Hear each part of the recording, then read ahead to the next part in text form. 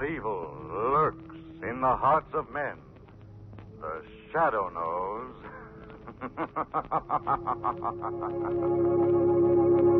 Blue Coal presents one of radio's most famous features, The Shadow. The story of the mystery man who strikes terror into the very hearts of shopsters, lawbreakers, and criminals. Today we present The Shadow in one of his most remarkable adventures. A modern mystery of science and crime, The Phantom Voice.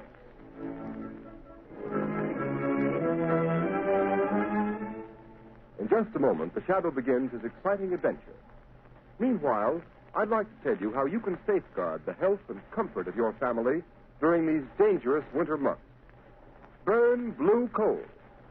It gives you safe, uniform, healthful heat all winter long.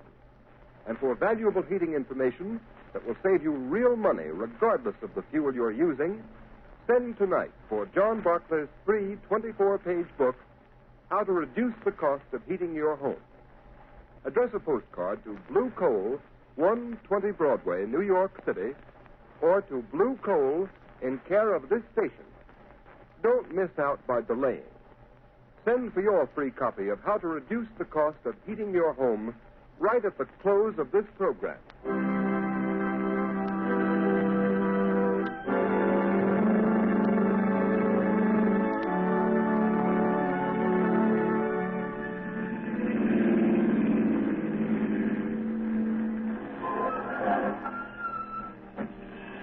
Here we are, Margo. Let me help you on. All right. Thank you, Lamont. This way, Margo. Lamont Cranston, where on earth are you taking me? We're on our way to the criminal court, Margo. The criminal court? Oh, a murder trial. This isn't a murder trial. But unless I'm badly mistaken, we're going to witness an assassination. What? An assassination. The assassination of the character and reputation of one of the most outstanding public men in America today. Oh, you mean Senator Durham? Yes. Say, I've been reading about his trial in the papers. They've certainly unearthed plenty of evidence that he accepted that bribe. Unless I've made a mistake in character analysis, that evidence is forged.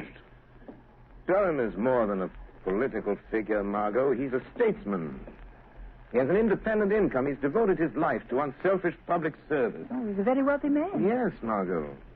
Senator Durham has given away 10 times the amount of money he's accused of taking as a bribe. Well, if that's true, Lamont, the whole thing doesn't make sense. Why should a man like that take a 15-year prison term for taking a bribe he didn't need? That's the point that worries me. Incidentally, didn't I see that the prosecution expects to spring a surprise bit of evidence today? Exactly. That's why we're here. Come along, Margo. Court's already in session.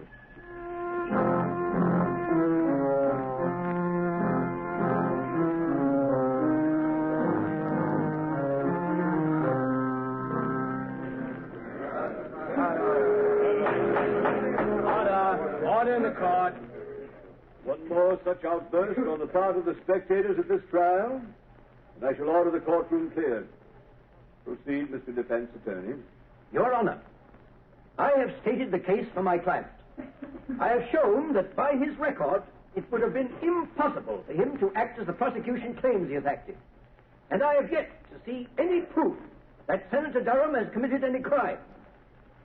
I will now call Senator Durham himself to the stand to deny these lies in person.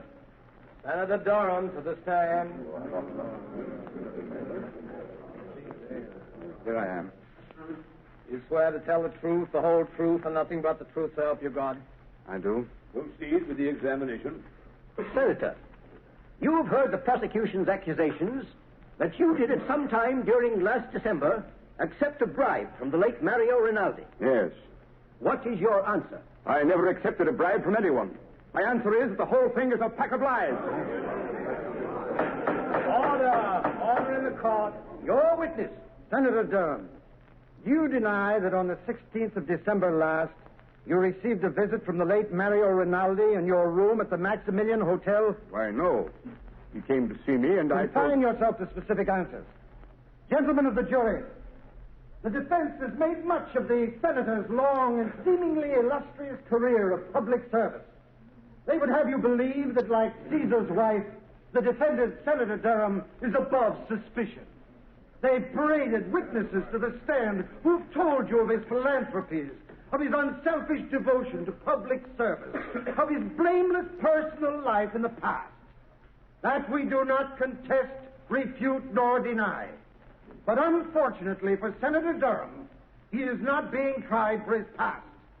We, the prosecution, need but one more bit of evidence to complete our case. We have that evidence.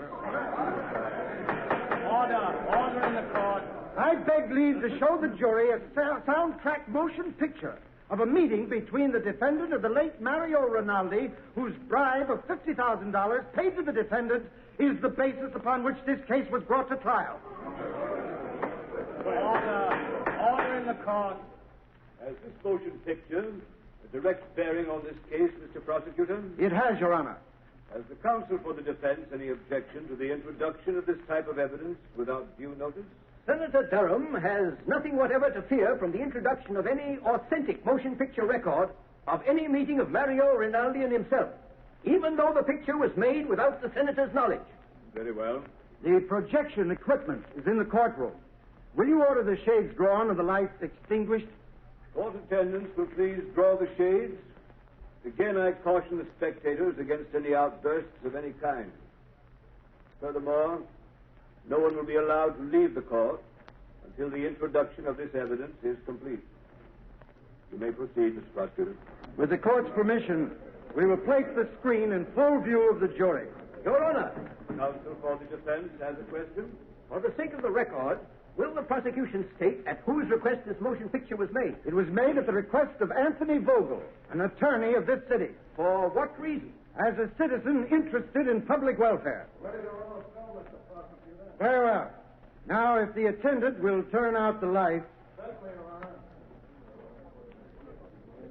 Order. Silence in the court. The prosecution will submit affidavits to prove that this is an authentic film record of a meeting between Senator Durham and Mario Rinaldi on the evening of December 16th. You may turn on the machine. Yes, sir. Yes? Come in. Oh, hello, Rinaldi. I've been expecting you. Look here, Senator Durham. Why haven't I got the contract award on that Leicester Street building? The money's been appropriated. You said you'd use your influence if we fixed you up. Of course, Rinaldi. I told you you'd get that contract. For a consideration. If you didn't send me my present of $50,000 for swinging it your way, so naturally I... Oh, so that's it. You want to be paid off first, huh? Yes. And in cash. No checks. Okay. You'll get your 50 grand. Get me that contract.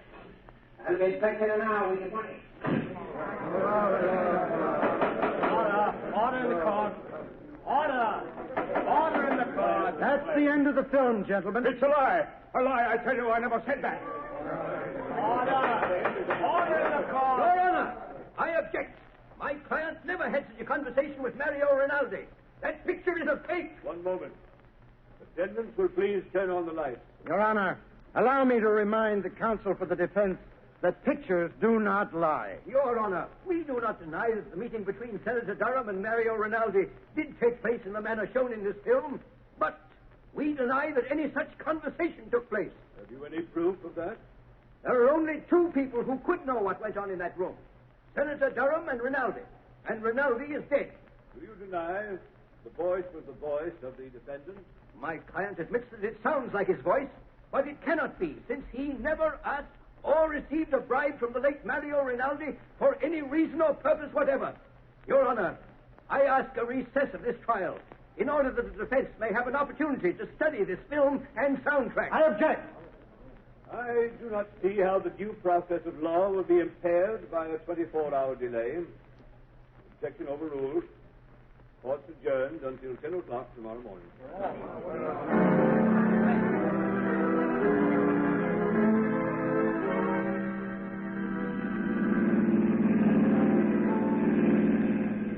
Lamont, after seeing that talking picture of Senator Durham meeting Rinaldi and practically demanding a bribe, how can anyone doubt his guilt? Margo, the Greeks had a philosophy that ran something like this. Only believe half that which you see and nothing you hear. Oh, but Lamont, that wasn't hearsay evidence. That was the senator speaking. That was his voice. Even he couldn't deny it. No man knows the sound of his own voice, Margo. Besides, Durham never spoke those words to Rinaldi. But you saw him. You saw the motion picture. Exactly. Because I did see him speak, I know he didn't say the things that were on the soundtrack of that film. What do you mean, Lamont? Have you ever watched the movement of a man's jaw muscles when he speaks certain words? You mean you know what he really said? No. No, his face was half averted from the camera. I couldn't see his lips.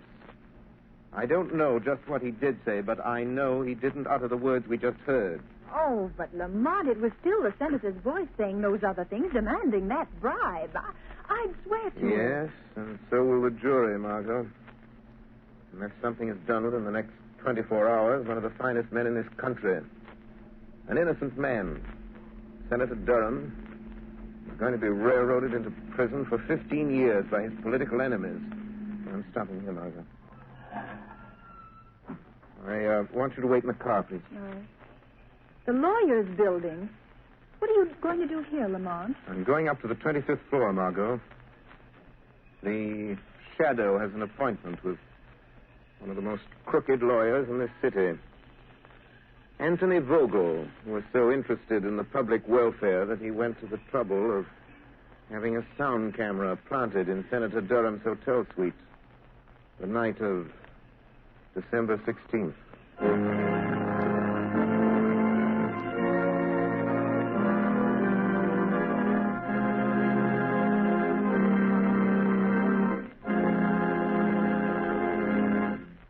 While we are waiting for the Shadow to return, I would like to ask all homeowners a question.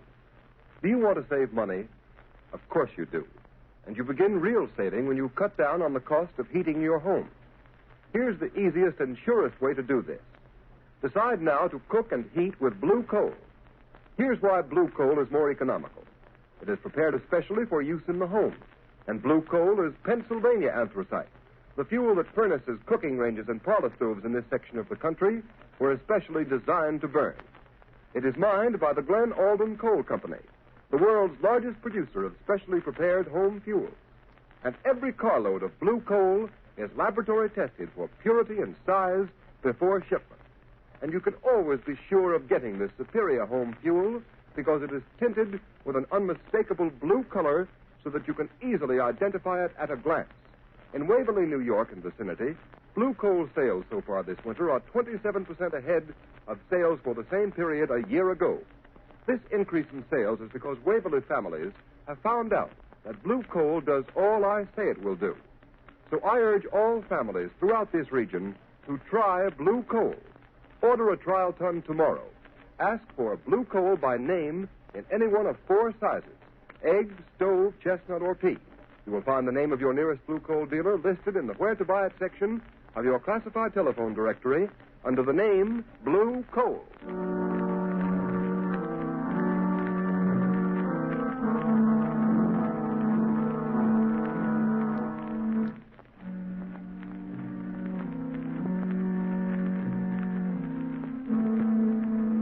Gee, that's swell, Mr. Vogel. You certainly put it over. That sound picture sure turned the trick. Yes, but I'm still worried, Travers. Well, there ain't nothing to be worried about. Senator Durham's as good as on his way to the pen right now. Well, I won't feel happy until he is. When are you going to get me a wrestling bout, boss? A wrestling bout? Yeah, it's about time I was getting in the ring again. And, well, I could stand the extra dough. Forget you're a wrestler, Travers. You'll make more money in this racket as my bodyguard. Any calls while I was down at court? Yeah, Wilson phoned a couple of minutes ago. Why didn't you say so? Well, you didn't ask me. What did he want? I wanted to talk to you. Hey, what do you suppose he wants? Dough? I've paid him all he's going to get. Say, maybe he's read in the afternoon papers what we're really using that soundtrack for. If he gets white-livered and talks... Well, maybe we should fix him so he can't talk, huh, boss? What do you mean? Well, he could fall out of that 15-story apartment of his, accidental-like. He'd only have to fall once. It might be a good plan. Okay, you want me to go over there now and take care of it, boss? No, there's no sense doing anything about him until we have to. But at the first sign of anybody getting wise to what we're doing, then we'll arrange a neat little accident for friend Wilson. Well, now let's take a look at that Wesley murder case. One case at a time, Mr. Vogel. What was that? Suppose we review the evidence of the case against Senator Durham. What sort of devil's trick is this? Who are you? I am the shadow, Vogel. But I can't see you. Nevertheless, Vogel, I am here, in the shadows. Gee, what? Somebody's talking and nobody's here. Shut up, Travers. I'll handle this. Oh. So you're the shadow, eh? You come here to play your hypnotic tricks on me. What do you know about Senator Durham's business? I know everything about it. I've been listening to your interesting conversation about this Mr. Wilson. He seems to play an important part in your case against Senator Durham. Listen, Shadow, I've heard plenty about you. I don't want to fight you. How much do you want to keep out of this? Always the fixer. How much, Shadow? There isn't enough money in the world to cover up what you're trying to do, Vogel. Who is this man? Wilson. What part did he play in this scheme of yours? Oh, so you don't know. You're just trying to find out, are you, Shadow? Travers, lock the door. Okay, boss. That's locked. Melodrama won't help you, Vogel. Boss, if I could only see this guy, I could... Come on, Travers. We don't need to see him. What do you mean? Come over here. Give me your hand. Well, okay, but it don't make much sense. You'll see. All right. Stand up with me against this wall. Now, stretch out your arms. Can you touch the side wall on that side? Yeah, I can touch it. Good. I can touch it on my side. Now, walk slowly to the other end of the room and don't let your fingers leave the wall. Oh, I get it. Then the shadow can't get past it, huh? You're quick. Now, walk forward slowly. Slow, you fool. Okay. Well, I don't feel nothing. We're almost to the end of the room, boss. Maybe he got away. No, he couldn't go through the door. It's locked. The window is locked, too. Hey, boss, I felt something. Huh? I got him. I got hold of him, boss. I can't see him, but I got him. I got the shadow around the throat. He's a man after all. Gee, Strong. Good. Kill him, Travers. Maybe he can. He's choking me. Give me your gat, boss. I'll shoot him. You don't need a gun. It'll make too much noise. He's weakening, boss. Kill him, Travers. Give him your famous stranglehold. If he doesn't let go, he'll kill me. Yes, Shadow. This is where you die. Finish him off, Travers.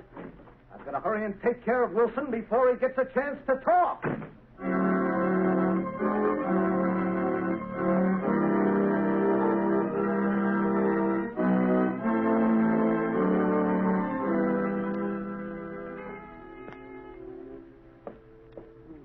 wonder who that can be.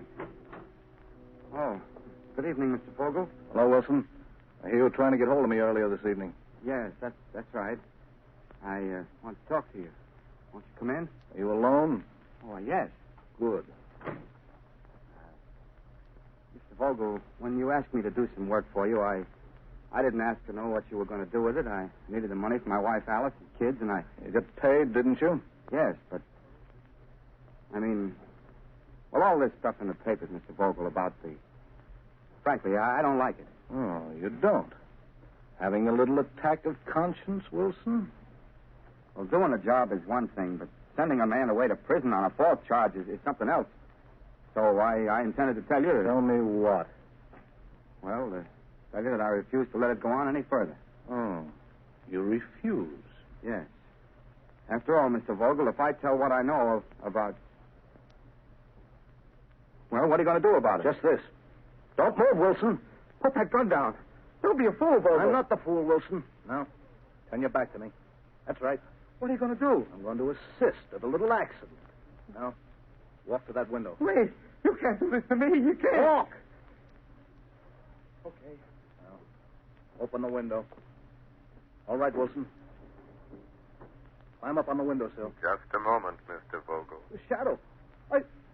I thought Travers took care of you. You thought Travers took care of me, did you, Vogel? Well, I admit he's a good wrestler. But there was one little hold, Vogel, I learned in the Orient. But he didn't know. He had me beaten for a moment. It was my one chance to get you to lead me to Wilson. You mean you followed me here? Yes. Yes, I followed you here. It wasn't very difficult to get away from Mr. Travers. It seems I arrived just in time for my proof. In time? No. There, Shadow, there's your proof lying dead on the floor. You're crazy, Vogel. You're a fool. You'll get the chair for this. I'm not as crazy as you think. So I'm a fool, am I, Shadow? Now, you're the fool for coming here. You're the fool the police will find locked in this room with Wilson's dead body. They'll find you. I'll see that they do. And here's the gun you killed him with. Why don't you try the window, Shadow? It's only 15 stories to the floor. Shadow. Shadow. Wilson. Wilson, tell me. Quick. I'm done for. Quick. Oh. Quick, Wilson. Give me the proof. The proof, Wilson. The proof that you framed Senator Durham. Senator. Proof. Senator Durham. Come on, Wilson. Come on. Tell me. How did you frame Senator Durham? Sure. Alice, darling. My baby. Wilson. Wilson! Lamont, are you all right? Unlock the door, Margo. Unlock the door. The key's on the outside. Oh, Lamont, I heard a shot and saw Vogel running out, so I couldn't wait. What happened? I hadn't been so stupid. Waited so long, but I wanted to find out their secret before I spoke. And now it's too late. Wilson is unconscious, I'm afraid. Dying. Vogel has outwitted me. After all.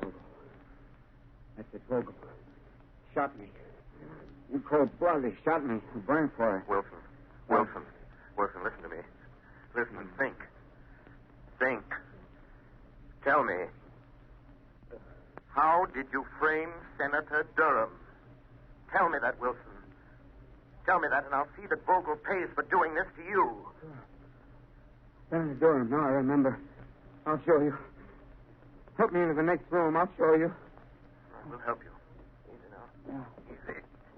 I'll get on the other side. Why, look. It's a recording studio. Yeah, that's right. It's my hobby. I'm an actor. Impersonator by profession. An impersonator? Yes. Help me to that chair by the turntable. I impersonate people. I've imitated Senator Durham's voice dozens of times. Quick. Hand me the microphone. Turn on the switch. There, I can't hold out much longer. Here's the microphone.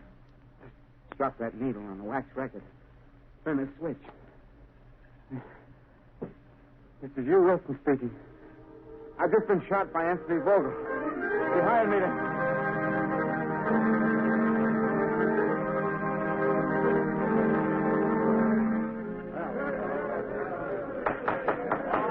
Order in the court. Your Honor, I move that the case against my client, Senator Durham, be dismissed. On what grounds? On the evidence contained on this record found in the apartment of the late Hugh Wilson, the radio and stage impersonator who was found shot in his apartment last night. I ask the court's permission to play it at this time. Permission granted. You may start the record now. Yes, sir. This is Hugh Wilson speaking. I've just been shot by Anthony Vogel. He hired me to impersonate the voice of Senator Durham. It's my voice on the soundtrack of the picture shown at Senator Durham's trial. I'll show how I did it. Listen. Of course, Rinaldi, I told you you'd get the contract for the consideration. But you didn't send me my present of $50,000 for swinging it your way.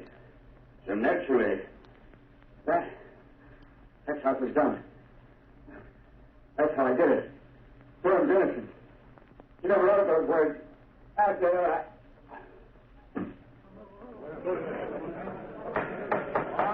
Order in the court. Why, this is amazing, incredible. Your Honor, there is one more voice on the record at the end. Listen. The voice you have heard is that of Hugh Wilson, murdered by Anthony Vogel. He is the man who sought to frame Senator Durham. But Vogel failed. Just as in the end all crime must fail, and all criminals pay the penalty of death. Order in the court. Whose voice was that? That, Your Honor, is the voice of the man to whom Senator Durham owes his vindication.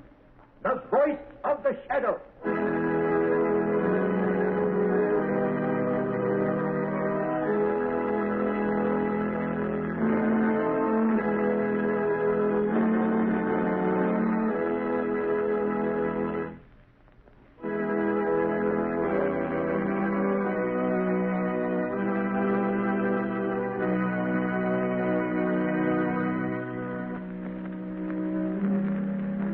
You have just heard a dramatized version of one of the many copyrighted stories which appear in the Shadow magazine.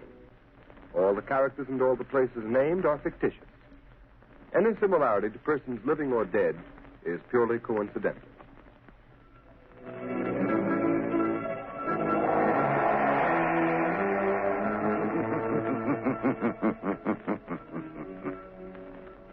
As you sow evil, so shall you reap evil. Crime does not pay. The shadow knows.